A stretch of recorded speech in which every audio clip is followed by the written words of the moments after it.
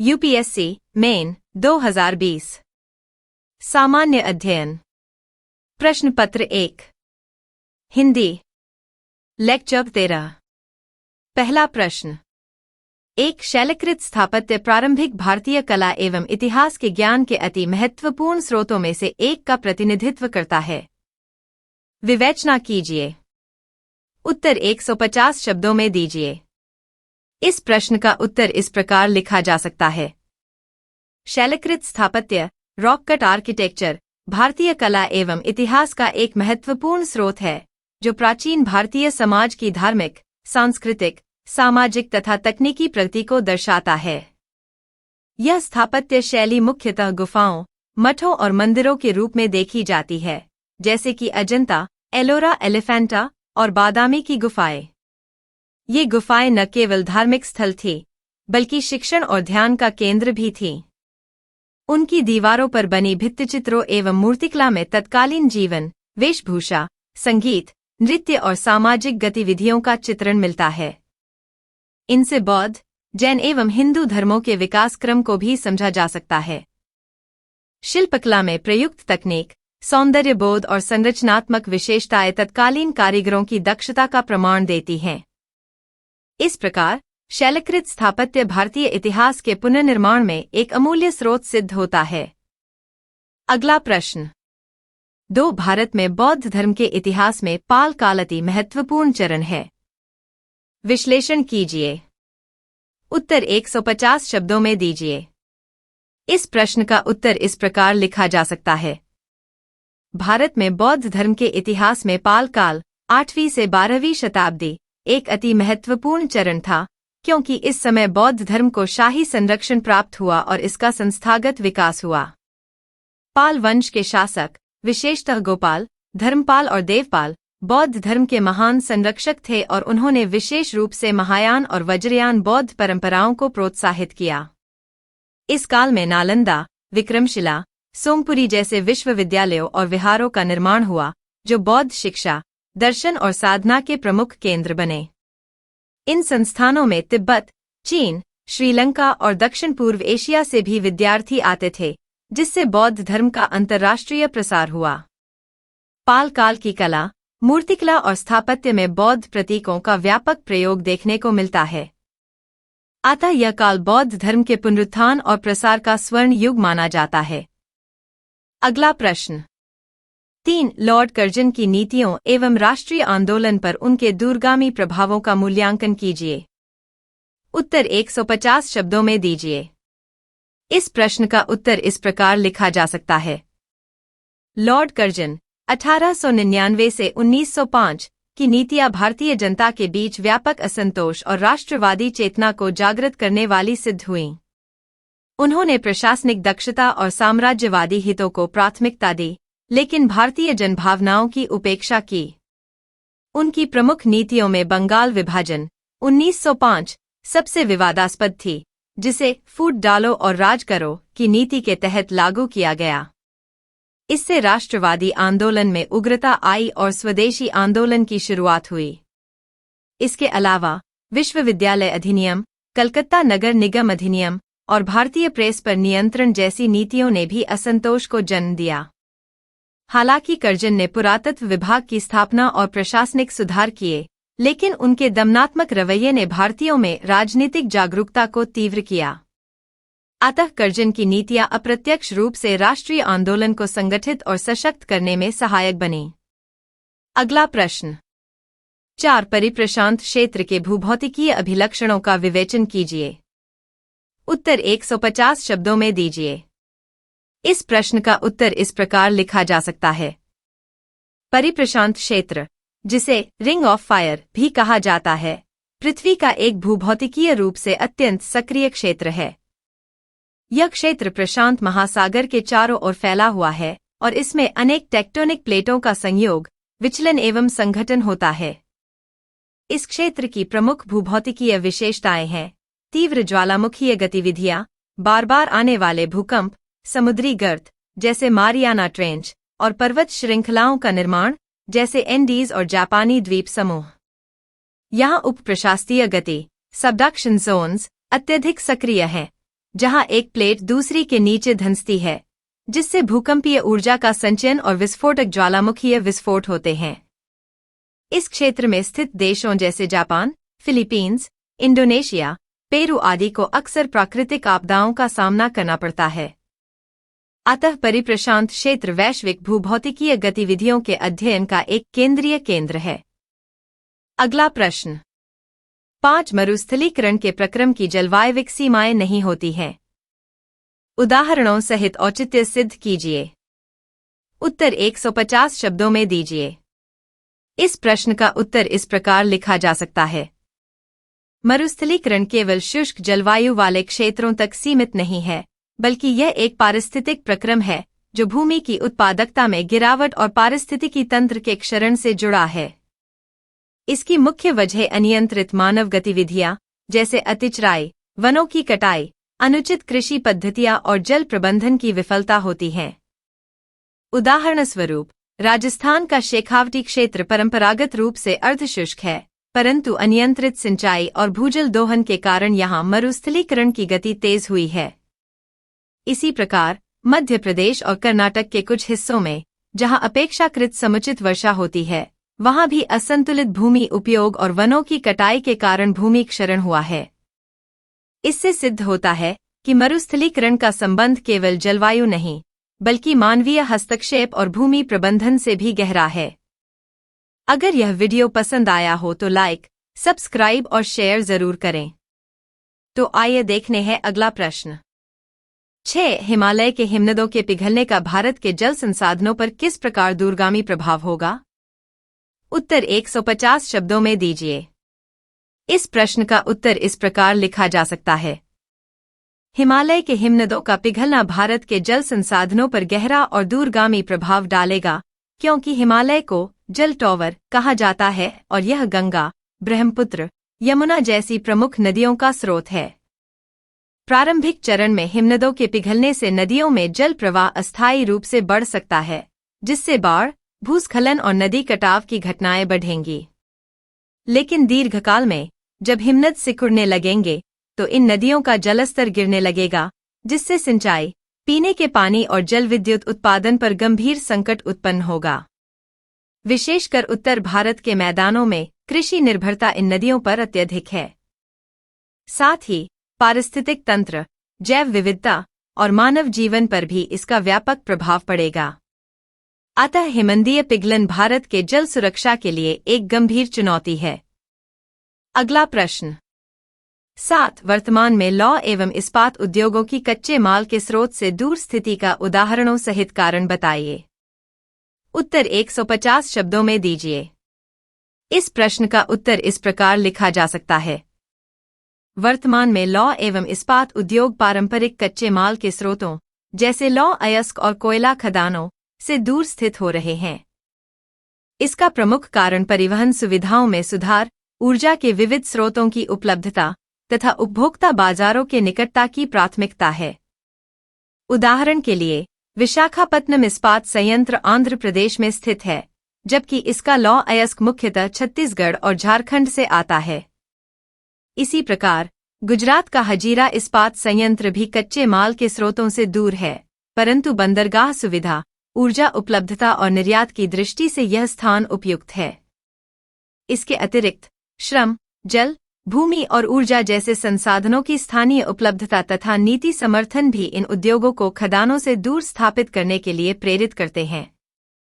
इस प्रकार आधुनिक लौह इस्पात उद्योग स्थान निर्धारण में बाजार और अधोसंरचना को प्राथमिकता देता है। अगला प्रश्न 8 बहुसांस्कृतिक भारतीय समाज को समझने में क्या जाति की प्रासंगिकता समाप्त हो गई है? उदाहरणों सहित विस्तृत उत्तर दीजिए। उत्तर 150 शब्दों में दीजिए। इस प्रश्न का उत्तर इस प्रकार लिखा जा सकता है। भारतीय समाज में बहुसांस्कृतिकता के विकास के बावजूद जाति की प्रासंगिकता पूरी तरह समाप्त नहीं हुई है। आर्थिक विकास, शहरीकरण, शिक्षा और वैश्वीकरण ने जातिगत पहचान को कुछ हद तक कमजोर किया है, लेकिन यह अभी भी सामाजिक, राजनीतिक और सांस्कृतिक जीवन में प्रभावी बनी हुई है। उदाहरण के लिए, विवाह संबंधों में जाति अब भी निर्णायक भूमिका निभाती है, अधिकांश भारतीय विवाह अपनी ही जाति में होते हैं। साथ ही राजनीति में जाति आधारित वोट बैंक और आरक्षण नीति जाति की सामाजिक प्रासंगिकता को दर्शाते हैं। उत्तर प्रदेश और बिहार जैसे राज्यों में चुनावी रणनीतियां जातिगत समीकरणों पर आधारित होती हैं। हालांकि शहरी मध्य वर्ग में जातिगत पहचान कम दिखाई देती है, ग्रामीण भारत में यह सामाजिक संरचना का आधार बनी हुई है। अतः जाति की भूमिका भले ही रूपांतरित हो रही हो, परंतु उसका सामाजिक प्रभाव अभी भी बना हुआ है। अगला प्रश्न 9. कोविड-19 महामारी ने भारत में वर्ग असमानताओं एवं गरीबी को गति दे दी है। टिप्पणी कीजिए। उत्तर 150 शब्दों में दीजिए। इस प्रश्न का उत्तर इस प्रकार लिखा जा सकता है। कोविड-19 महामारी ने भारत में वर्ग असमानताओं और गरीबी को गंभीर रूप से बढ़ा दिया। लॉकडाउन के दौरान करोड़ों प्रवासी मजदूरों की आजीविका पर असर पड़ा, जिससे वे बेरोजगारी और भुखमरी के संकट में फंस गए। असंगठित क्षेत्र, जो भारत की कार्यशील जनसंख्या का बड़ा हिस्सा है, सबसे अधिक प्रभावित हुआ। दूसरी ओर डिजिटल शिक्षा और वर्क फ्रॉम होम जैसे विकल्प केवल मध्यम और उच्च वर्ग तक सीमित रहे, जिससे डिजिटल विभाजन और शिक्षा की असमानता और गहरी हुई। वहीं संपन्न वर्ग की आय में अपेक्षाकृत कम गिरावट आई या कुछ मामलों में वृद्धि भी हुई। आर्थिक सर्वेक्षणों और रिपोर्टों ने महामारी के दौरान करोड़ों लोगों के पुनः गरीबी रेखा के नीचे जाने की पुष्टि की है। अतः कोविड-19 ने न केवल मौजूदा सामाजिक आर्थिक विषमताओं को उजागर किया, बल्कि उन्हें और अधिक गहरा और व्यापक भी कर दिया। अगला प्रश्न 10. क्या आप सहमत हैं कि भारत में क्षेत्रीयता बढ़ती हुई सांस्कृतिक मुखरता का परिणाम प्रतीत होती है? तर्क कीजिए। उत्तर 150 शब्दों में दीजिए। इस प्रश्न का उत्तर इस प्रकार लिखा जा सकता है। हाँ, यह कहना उचित है कि भारत में क्षेत्रीयता बढ़ती हुई सांस्कृतिक मुखरता का परिणाम प्रतीत होती है। भारत एक विविधतापूर्ण राष्ट्र है, जहाँ प्रत्येक क्षेत्र की अपनी विशिष्ट भाषा, परंपरा, पहनावा, भोजन और सांस्कृतिक पहचान है। वैश्वीकरण और संचार क्रांति ने विभिन्न क्षेत्रों को अपनी सांस्कृतिक पहचान को और अधिक मुखर रूप से प्रस्तुत करने का अवसर दिया है। उदाहरणस्वरूप, तमिलनाडु में तमिल भाषा और संस्कृति के संरक्षण हेतु आंदोलनों, महाराष्ट्र में मराठी अस्मिता की मांग या पूर्वोत्तर राज्यों में जनजातीय पहचान की चेतना, ये सभी क्षेत्रीयता की अभिव्यक्तियां हैं जो सांस्कृतिक आत्मसम्मान से जुड़ी हैं। हालांकि यदि यह क्षेत्रीयता समावेशी हो तो यह विविधता को सशक्त बनाती है, किंतु यदि यह बहिष्करणवादी रूप लेती है तो राष्ट्रीय एकता के लिए चुनौती बन सकती है। अतः यह सांस्कृतिक मुखरता का परिणाम तो है, परंतु संतुलन आवश्यक है। अगला प्रश्न 11. भारतीय दर्शन एवं परंपरा ने भारतीय स्मारकों की कल्पना और आकार देने एवं उनकी कला में महत्वपूर्ण भूमिका निभाई है। विवेचना कीजिए। उत्तर 250 शब्दों में दीजिए। इस प्रश्न का उत्तर इस प्रकार लिखा जा सकता है। भारतीय दर्शन और परंपरा ने भारतीय स्मारकों की कल्पना, आकार और उनकी कला में अत्यंत महत्वपूर्ण भूमिका निभाई है। भारतीय स्थापत्य कला न केवल भौतिक संरचनाओं का संकलन है, बल्कि यह गहरे दार्शनिक, धार्मिक एवं सांस्कृतिक विचारों का अभिव्यक्तिकरण भी है। भारतीय दर्शन जैसे वेदांत, सांख्य, योग, बौद्ध और जैन विचारधाराएं स्मारकों के डिजाइन और निर्माण में प्रतिबिंबित होती हैं। उदाहरण के लिए, हिंदू मंदिरों की वास्तुकला में शिल्पशास्त्र और वास्तुशास्त्र का विशेष योगदान है, जिनमें मंदिर को ब्रह्मांड का सूक्ष्म मॉडल माना गया है। मंदिर की मंडप, गर्भगृह, शिखर आदि भागों का स्थान, आकृति और अनुपात दार्शनिक अवधारणाओं जैसे ब्रह्मा, आत्मा और धर्म के अनुरूप होता है। बौद्ध स्तूपों और विहारों में भी धर्म और मोक्ष के संदेश को मूर्त रूप दिया गया है।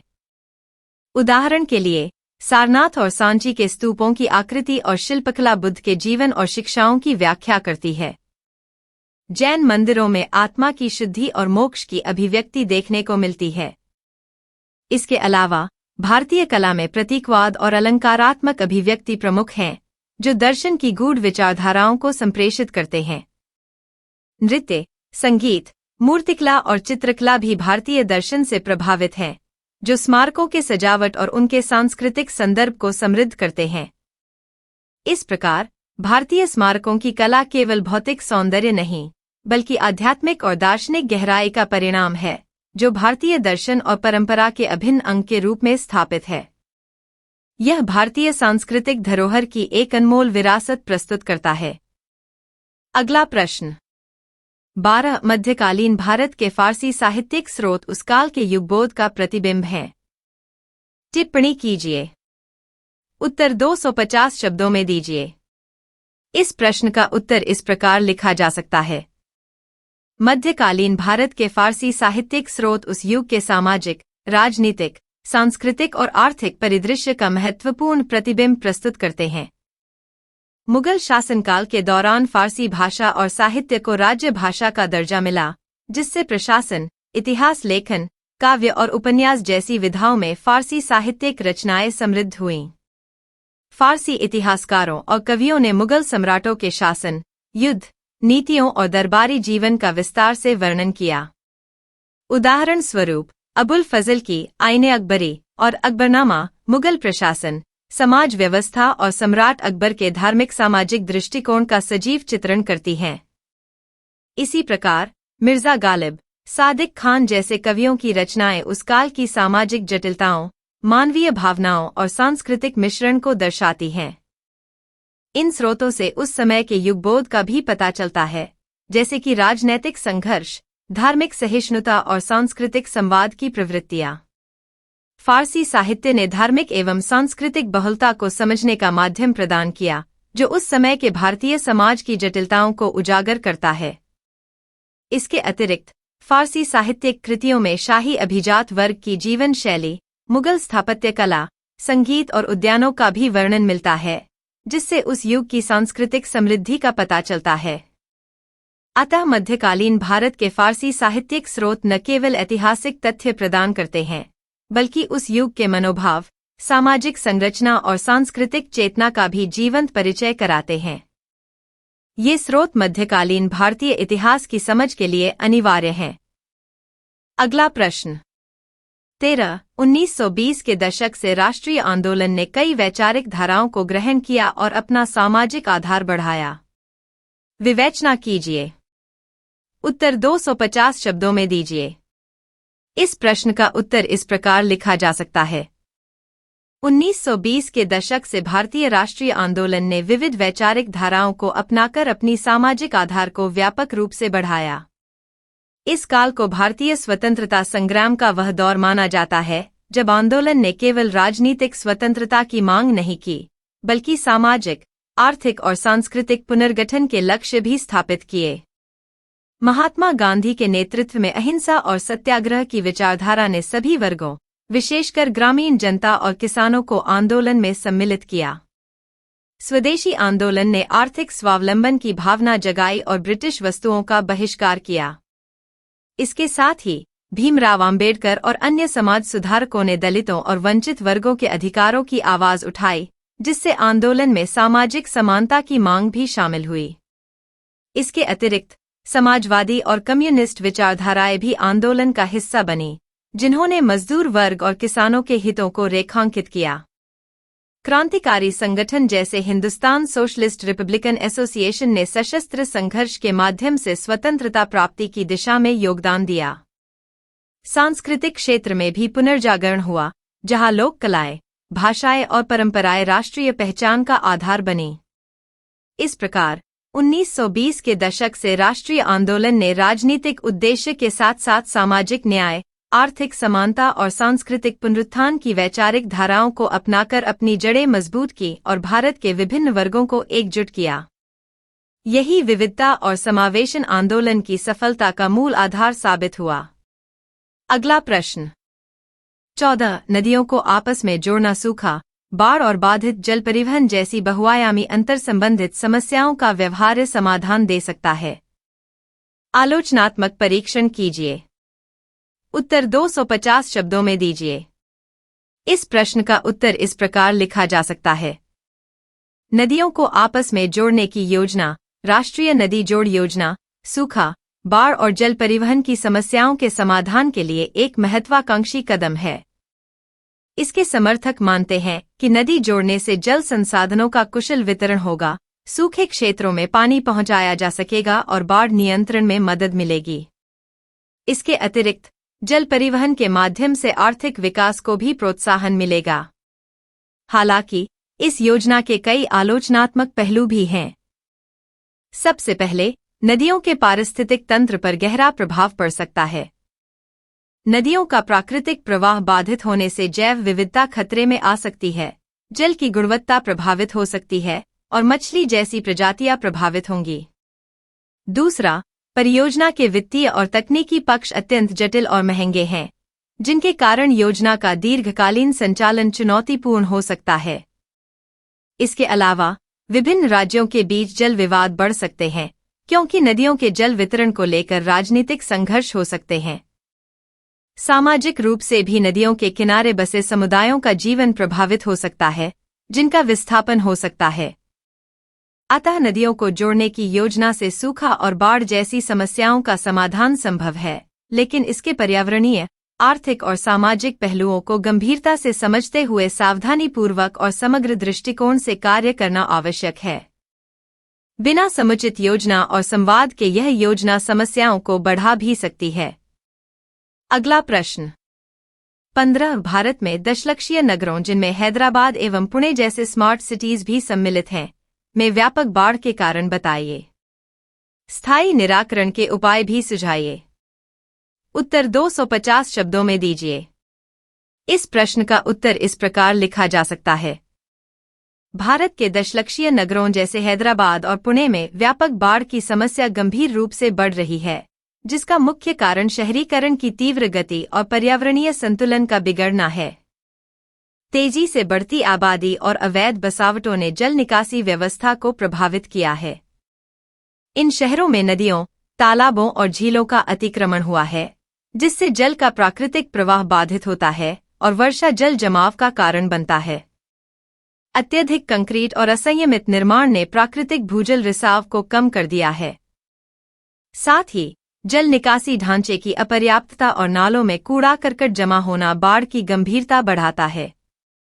जलवायु परिवर्तन के कारण असामान्य और भारी वर्षा भी बाढ़ के जोखिम को बढ़ा रही है। स्थायी निराकरण के लिए कई उपाय आवश्यक हैं। पहला, शहरी नियोजन में जल निकासी और हरित क्षेत्र के संरक्षण को प्राथमिकता देनी चाहिए। नदी और तालाबों का पुनः संरक्षण कर उनके प्राकृतिक प्रवाह को सुनिश्चित करना होगा। दूसरा, वर्षा जल संचयन की प्रणालियों का विकास कर भूजल स्तर को बनाए रखना चाहिए। तीसरा, कूड़ा प्रबंधन को बेहतर बनाकर जल निकासी नालों को साफ सुथरा रखना अनिवार्य है। चौथा, निर्माण गतिविधियों को नियंत्रित कर पारिस्थितिक संतुलन को बनाए रखना होगा। साथ ही आपदा प्रबंधन के लिए प्रभावी योजना बनाकर समय समय पर जागरूकता अभियान चलाना आवश्यक है। इन उपायों से ही शहरी बाढ़ की समस्या को स्थायी रूप से नियंत्रित किया जा सकता है। अगला प्रश्न 16। भारत में सौर ऊर्जा की प्रचुर संभावनाएं हैं, हालांकि इसके विकास में क्षेत्रीय भिन्नताएं हैं। विस्तृत वर्णन कीजिए। उत्तर 250 शब्दों में दीजिए। इस प्रश्न का उत्तर इस प्रकार लिखा जा सकता है। भारत में सौर ऊर्जा की प्रचुर संभावनाएं हैं, क्योंकि देश में अधिकतर क्षेत्र वर्ष भर में पर्याप्त धूप प्राप्त करते हैं। विशेष रूप से राजस्थान, गुजरात, पंजाब, तमिलनाडु, कर्नाटक और मध्य प्रदेश जैसे राज्य सौर ऊर्जा उत्पादन के लिए अत्यंत उपयुक्त हैं। ये क्षेत्र प्रतिवर्ष 4 से 7 किलोवाट घंटा प्रति वर्ग मीटर तक सौर विकिरण प्राप्त करते हैं, जो सौर ऊर्जा परियोजनाओं के लिए आदर्श माने जाते हैं। हालांकि सौर ऊर्जा के विकास में क्षेत्रीय भिन्नताएं भी स्पष्ट रूप से देखी जाती हैं। पश्चिमी और दक्षिणी भारत में सौर ऊर्जा का उत्पादन अधिक है, क्योंकि यहां धूप की तीव्रता और उपलब्धता अधिक है। वहीं पूर्वोत्तर और कुछ हिमालयी क्षेत्रों में बादलों और वर्षा की अधिकता के कारण सौर ऊर्जा उत्पादन सीमित रहता है। इसके अतिरिक्त कुछ क्षेत्र तकनीकी और अवसंरचनात्मक कमी, निवेश की कमी और नीति प्रणाली में बाधाओं के कारण सौर ऊर्जा के विकास में पिछड़े हैं। सरकार ने सौर ऊर्जा को बढ़ावा देने के लिए कई योजनाएं शुरू की हैं, जैसे राष्ट्रीय सौर मिशन, जो क्षेत्रीय भिन्नताओं को कम करने की दिशा में कार्यरत हैं। तकनीकी नवाचार, लागत में कमी और निजी निवेश बढ़ाने से भी क्षेत्रीय असमानताओं को दूर किया जा सकता है। संक्षेप में, भारत में सौर ऊर्जा की क्षमता अत्यधिक है, लेकिन भौगोलिक, पर्यावरणीय और प्रशासनिक कारणों से इसके विकास में क्षेत्रीय अंतर मौजूद हैं, जिन्हें दूर करने के लिए समन्वित प्रयास आवश्यक हैं। अगला प्रश्न 17 भारत के वन संसाधनों की स्थिति एवं जलवायु परिवर्तन पर उसके परिणामी प्रभावों का परीक्षण कीजिए। उत्तर 250 शब्दों में दीजिए। इस प्रश्न का उत्तर इस प्रकार लिखा जा सकता है। भारत के वन संसाधन जैव विविधता, पारिस्थितिक संतुलन और आर्थिक सुरक्षा के लिए अत्यंत महत्वपूर्ण हैं। देश में तटीय, पर्वतीय, शुष्क और आर्द्र वन क्षेत्रों सहित विविध प्रकार के वन पाए जाते हैं। हालांकि, वन क्षेत्र की मात्रा में पिछले दशकों में कमी देखी गई है, जिसका मुख्य कारण अंधाधुंध कटाई, अतिक्रमण, औद्योगिकीकरण और कृषि विस्तार है। वन संसाधनों की यह गिरावट न केवल पारिस्थितिकी को प्रभावित कर रही है, बल्कि जलवायु परिवर्तन को भी तीव्र बना रही है। वन कार्बन सिंक के रूप में कार्य करते हैं, जो वायुमंडल से कार्बन डाइऑक्साइड अवशोषित कर जलवायु परिवर्तन को धीमा करते हैं। वन क्षेत्रों में कमी से ग्रीनहाउस गैसों का उत्सर्जन बढ़ता है और स्थानीय तापमान में वृद्धि होती है। इससे वर्षा पैटर्न में अस्थिरता, सूखे और बाढ़ की घटनाओं में वृद्धि होती है। जलवायु परिवर्तन के प्रभावों के कारण भारत के वन क्षेत्र में जैव विविधता भी प्रभावित हो रही है। कई प्रजातियां वनों के घटते आवासों के कारण संकट में हैं। इसके अलावा, बढ़ते तापमान और बदलते मौसम की स्थितियों से वन स्वास्थ्य पर भी नकारात्मक प्रभाव पड़ता है, जिससे कीट और रोग फैलने की संभावना बढ़ जाती है। इसलिए, भारत के वन संसाधनों के संरक्षण और पुनर्वास के लिए ठोस कदम आवश्यक हैं।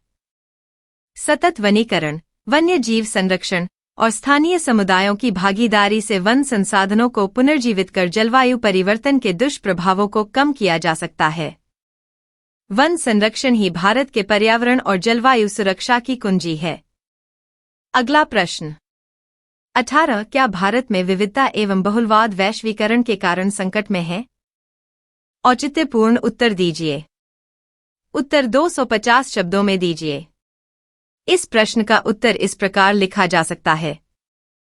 भारत में विविधता और बहुलवाद उसकी सबसे बड़ी ताकत रहे हैं, लेकिन वैश्वीकरण के प्रभाव से यह बहुमुखी सांस्कृतिक तानाबाना कुछ हद तक संकट में भी दिखाई देता है। वैश्वीकरण ने आर्थिक, सामाजिक और सांस्कृतिक क्षेत्रों में भारत को विश्व से जोड़ दिया है, जिससे नई तकनीकों, विचारों और संस्कृतियों का आदान प्रदान हुआ है।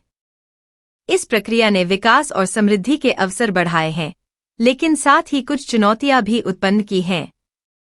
वैश्वीकरण के कारण पश्चिमी जीवन शैली, उपभोगवादी संस्कृति और वैश्विक एकरूपता की प्रवृत्ति बढ़ी है, जिससे भारतीय स्थानीय संस्कृतियां और परंपराएं कभी-कभी दबाव में आ जाती हैं। युवा पीढ़ी में पारंपरिक मूल्यों के प्रति रुचि कम हो सकती है, जिससे सांस्कृतिक पहचान कमजोर हो सकती है। साथ ही, आर्थिक असमानताएं और सामाजिक विभाजन गहराने से जाति, धर्म और क्षेत्रीय आधार पर टकराव की स्थितियां उत्पन्न हो सकती हैं, जो बहुलवाद के लिए खतरा है। फिर भी, भारत की विविधता और बहुलवाद इतने गहरे और जटिल हैं कि वे इन चुनौतियों का सामना कर सकते हैं। भारत में बहुसांस्कृतिक सहअस्तित्व की परंपरा रही है, जो नए बदलावों को आत्मसात करते हुए स्थिरता बनाए रखने में मदद करती है। सरकार, सामाजिक संगठन और शैक्षणिक संस्थान भी विविधता को संरक्षित करने और सामाजिक समरसता को बढ़ावा देने के प्रयास कर रहे हैं। इस प्रकार, वैश्वीकरण ने भारत की विविधता एवं बहुलवाद के सामने चुनौतियां जरूर बढ़ाई हैं, लेकिन वे पूरी तरह संकट में नहीं हैं। उचित नीतियां और सामाजिक जागरूकता से इन्हें सशक्त और समृद्ध बनाया जा सकता है। अगला प्रश्न 19 रीति रिवाजों एवं परंपराओं द्वारा तर्क को दबाने से प्रतिविरोध उत्पन्न हुआ है। क्या आप इससे सहमत हैं? उत्तर 250 शब्दों में दीजिए। इस प्रश्न का उत्तर इस प्रकार लिखा जा सकता है। हाँ, रीति रिवाजों एवं परंपराओं द्वारा तर्क और स्वतंत्र सोच को दबाने से प्रतिविरोध उत्पन्न होना स्वाभाविक है। भारत जैसे विविध और समृद्ध सांस्कृतिक देश में परंपराएं सामाजिक एकता, पहचान और अनुशासन का स्रोत हैं, लेकिन जब ये रूढ़िवादिता में बदल जाती हैं और नए विचारों, वैज्ञानिक दृष्टिकोणों तथा नवाचारों को दबाती हैं, तब वे विकास में बाधा बनती हैं। परंपरागत रीति रिवाज अक्सर पूर्वाग्रहों, जाति व्यवस्था, लिंग भेदभाव और अंधविश्वासों को बनाए रखने में सहायक होते हैं।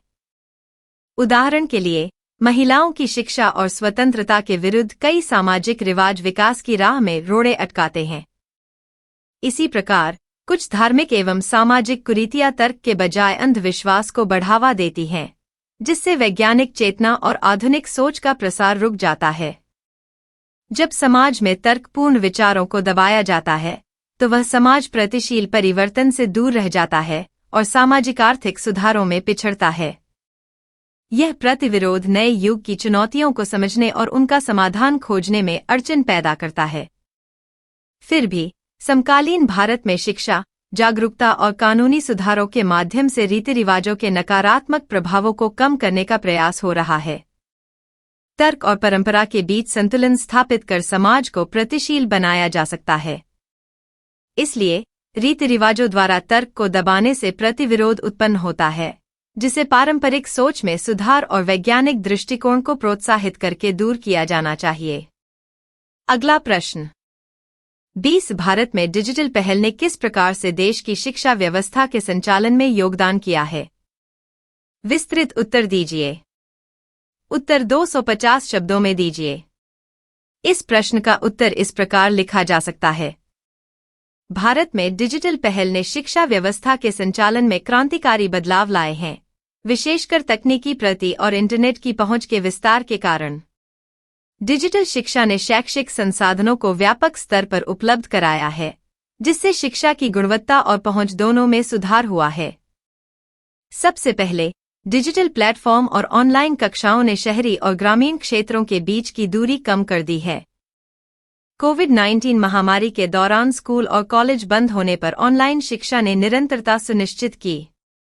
सरकार की पहल जैसे डीजीटी, ई-शिक्षा पोर्टल, स्वयं और नेशनल डिजिटल लाइब्रेरी ने छात्रों और शिक्षकों के लिए मुफ्त और गुणवत्तापूर्ण शैक्षिक सामग्री उपलब्ध कराई। दूसरे, डिजिटल उपकरण जैसे स्मार्ट क्लासरूम, वीडियो लेक्चर और मोबाइल ऐप्स ने सीखने की प्रक्रिया को और अधिक इंटरैक्टिव और आकर्षक बनाया है। इससे विद्यार्थियों की सीखने की रुचि बढ़ी और जटिल विषयों को समझना सरल हुआ। तीसरे, डिजिटल शिक्षा ने शिक्षक प्रशिक्षण और प्रशासनिक कार्यों को भी सुव्यवस्थित किया है। इससे शिक्षकों की क्षमता में वृद्धि हुई और शिक्षा प्रबंधन में पारदर्शिता आई है। हालांकि, डिजिटल डिवाइड एक चुनौती है, जहां ग्रामीण और आर्थिक रूप से कमजोर वर्गों को तकनीकी संसाधनों की कमी का सामना करना पड़ता है।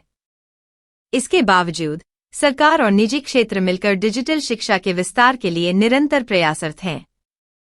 संक्षेप में, भारत में डिजिटल पहल ने शिक्षा के क्षेत्र में समावेशन, गुणवत्ता और दक्षता को बढ़ावा दिया है, जिससे शिक्षा व्यवस्था अधिक प्रभावी और समकालीन बन रही है।